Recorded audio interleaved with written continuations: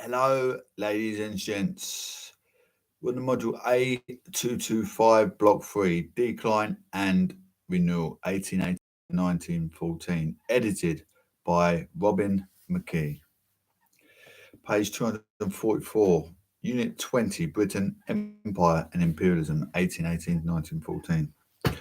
Church faced increasing hostility from white missionaries in the 1880s. And when he died in 1891, he was replaced by European Mackie, 2004. It was not only in the churches that there was such a hardening of attitudes. It could also be seen among the administrators of the empire and among explorers and anthropologists. The change has been attributed to the emergence of the pseudo-scientific racism, a sense of superior British destiny, reinforced by recent imperial gains. Mackie, 2004, page 177. If these imperial gains had such an effect, this could suggest that empire created imperialism rather than vice versa. Hyam 2002 argues that this hardening of racial attitudes was accompanied by an increasing authoritarianism at home, in such fields as education and the judicial decision. In the years 1880 to 1914, there were anti-imperialists in Britain, but there was no popular movement and no evidence for mass rejection of empire. Those who opposed colonial wars were more likely to do so on grounds of expense than morality. Not all expressions of enthusiasm for imperial heroes necessarily indicated keenness for imperialist ideas, but at the very least, there appears to have been a widespread acceptance of the British Empire and its influence in British culture. The British Empire in Africa. The section looks at British imperial expansion in Africa in the years after 1880, at how far this expansion was related to the issues of imperial culture discussed above. Looking through the reading, 23, Lord Salisbury, Living and Dying Nations, 1898, which is located in the unit. This is an extract from a speech made by Salisbury, who served 3 terms as Prime Minister between 1885 and 1902. The Primrose League was a society created in 1883 to promote Conservative Party ideals, and it was renowned for its enthusiasm for the empire. How does Salisbury see Britain's role in the world? What fears does Salisbury express? Salisbury argues that the process of colonisation is more or less a natural one, and that living nations will inevitably expand into the territory of the dying ones. He does not refer to the British Empire in his passage, and does not say it belongs among those splendid organisations that were grown in power every year.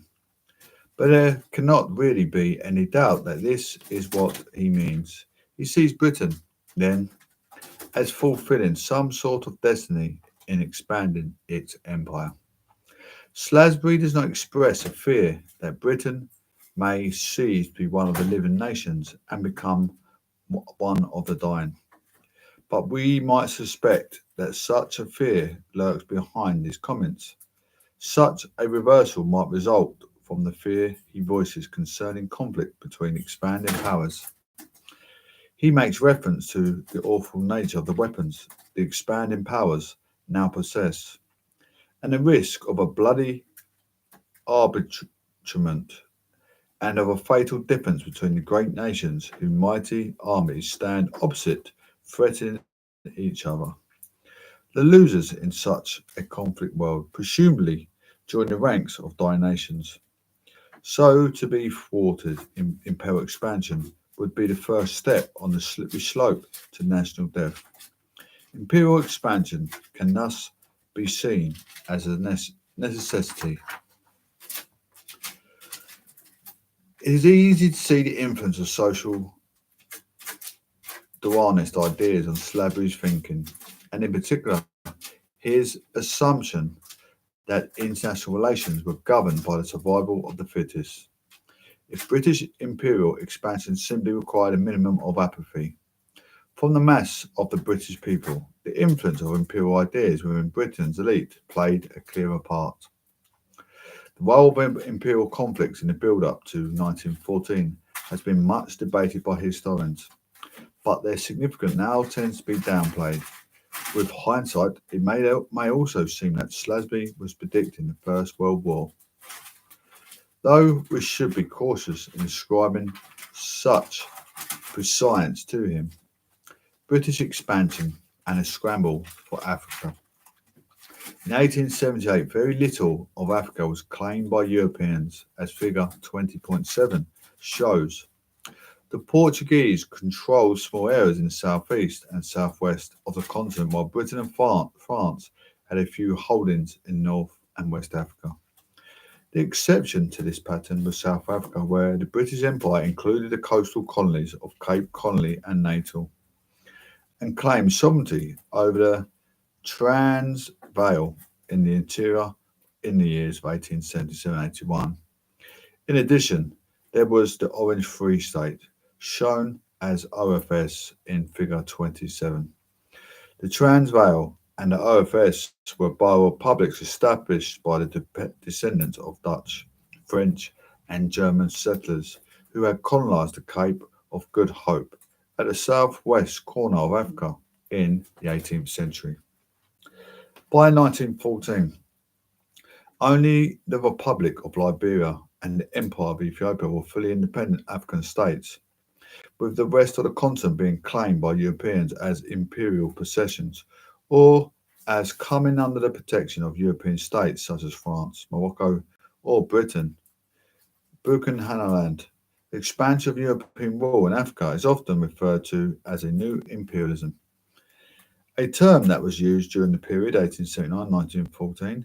It is a little difficult to define precisely, but the key characteristics are that colonial expansion in the era of new imperialism was rapid, was made possible by new technologies, and was conducted in a spirit of intense international rivalry among colonising powers. The start date of 1879 is when the UK and France took effective control of Egypt in response to the Egyptian government's repudiation of foreign debt, most of it owed to British and French lenders. Egypt's ruler was deposed and a more compliant one was installed.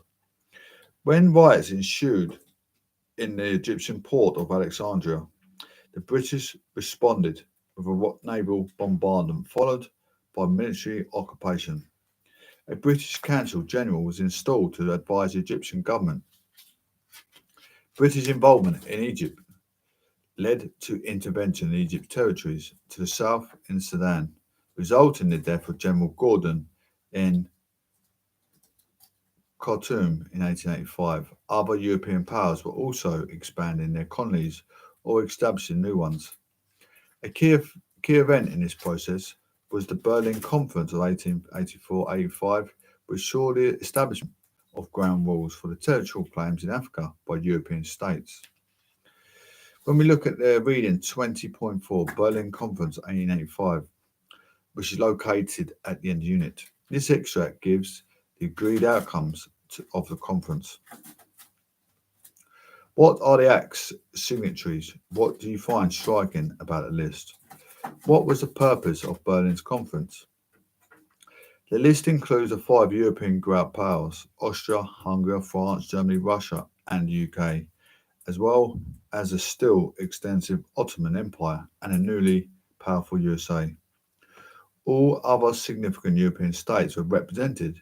It should be remembered that several states that exist now, such as Ireland and Poland, were not then independent. Possible answers to what might be considered striking include the fact that all European powers and the USA were able to reach agreement. The inclusion of some countries with little obvious interest in the matter, though none were landlocked, and therefore navigation was arguably of interest to them all. And the absence of any indigenous African states, even though in 1885 much of Africa was still ruled by Africans and was not yet under the control of European empires. The absence viewed as a very high-handed. The stated purposes are to regulate the development of trade and civilization, to facilitate free navigation on the rivers Congo and Niger, to avoid territorial conflict over new acts of occupation, and to further the moral and material well-being of the native populations. Item 2 on the list refers to the slave trade, as all the signatories had by the time ended their official involvement in that trade. This suggests an intention to stamp out slavery in Africa. The Berlin Conference is often considered to have led to be so-called Scrabble for Africa, a phrase coined by the Times in 1884, in which European empires divided up the continent. Though Thomas Pakenham, 1991, has suggested that the Scrabble precipitated the conference rather than vice versa. After all, the conference would surely not have been held useless. The territorial ambitions of European states were threatening the outbreak of armed conflict. The very fact that a conference took place might also suggest that European states were conscious of the risk of war with each other and wished to avoid it, as they would, of course, until 1914. Seen in this light, the exclusion of African representatives might not appear so high-handed after all, because the conference was intended to regulate the behaviour of European states and was thus not really about Africans. But this won't really do, of course, because although there were nods to local circumstances, the approach was interventionist. The aims include ensuring free trade and stamping out slavery. But the Europeans were taking it on themselves to achieve these goals, regardless of the wishes of local rulers. We might agree that stamping out slavery could enhance the moral and material well-being of people of Africa, but the signatories of the General Acts do not appear to have considered cooperation with the indigenous populations as necessary. All the signatories would appear to have been driven by imperialist attitudes. One of the key conditions agreed by the Berlin Conference was a requirement for European states to be able to show effective occupation. Before other European states would recognise and respect their claims, previously the British Empire had attempted to warn off other countries that sought to establish themselves in southern Africa by claiming a prior interest, and this was not accepted. Another element of the agreement was the establishment of free trade. As you recall from Unit 15, the principle was of great importance to Britain, but it was less so to most other European states, which by the 1880s were following protectionist policies. The Scrabble for Africa provides a context for British colonial activity in southern Africa in the period 1880 to 1914. Britain had seized Cape Colony during the French Revolutionary Wars. 1792-1802, and had retained it under a treaty between Britain and the Netherlands 1814. Many of the Africans also referred to as boers, the Dutch for farmers, were disconnected with British rule and embarked on a trek to establish new colonies in adjacent parts of southern Africa.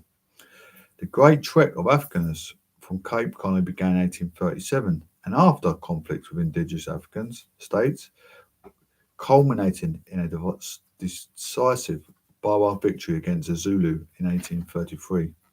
The Afrikaners declared the establishment of the Republic of Natal.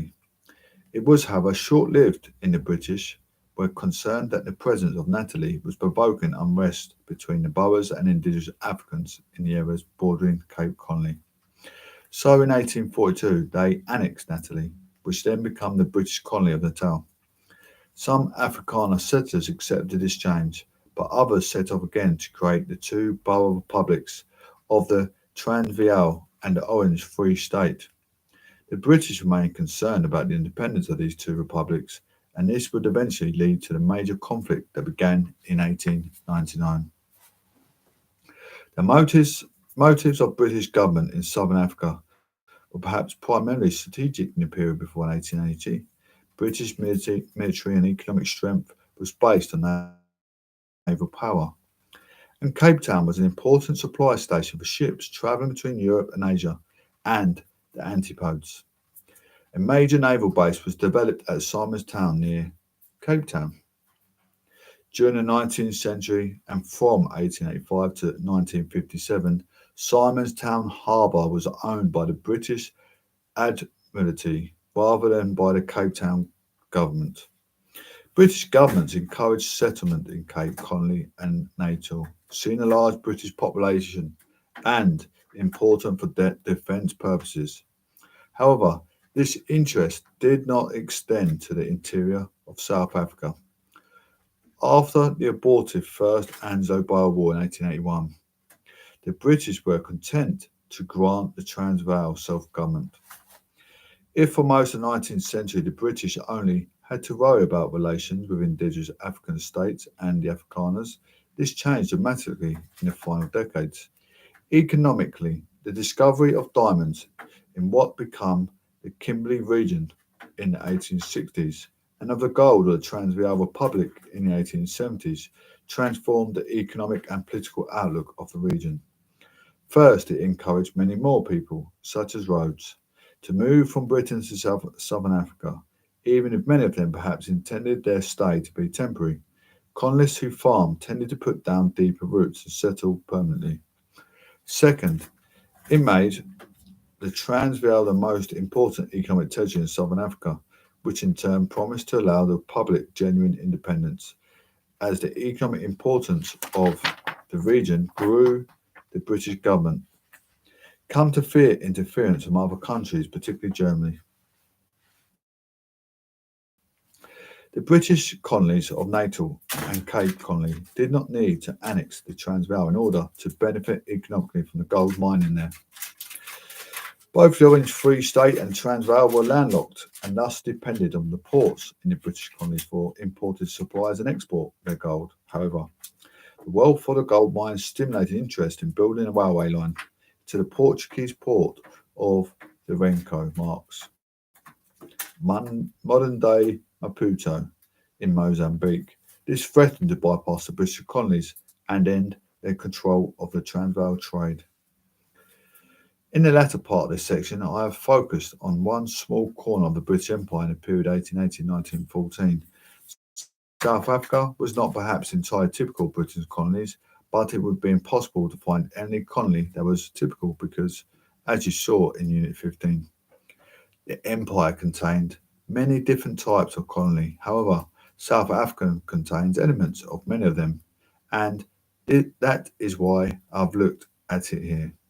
Like Australia and Canada, Cape Town had many British settlers, although, unlike those colony Britons, were never a majority there. In Cape Colony, there were more Afrikaners than Britons and more indigenous Africans than people of European origin. Agriculture was an important aspect of South Africa's economy, but there were important elements of industrial activity too. Most notable, mining. Cape Colony had strategic value to Britain, also a defence liability because of the presence of significant indigenous African states as well as other European colonists. British governments conferred responsible government status of Cape Colony 1872 and NATO 1893, but there was some resistance to this from the settlers themselves who, fearing the state of the interior and the cost of self-defence, often seemed to want more interference from Britain rather than control over their own affairs. In 1899, these various tensions combined to provoke a war that had significant implications not only in South Africa, but also in the UK itself and arguably beyond.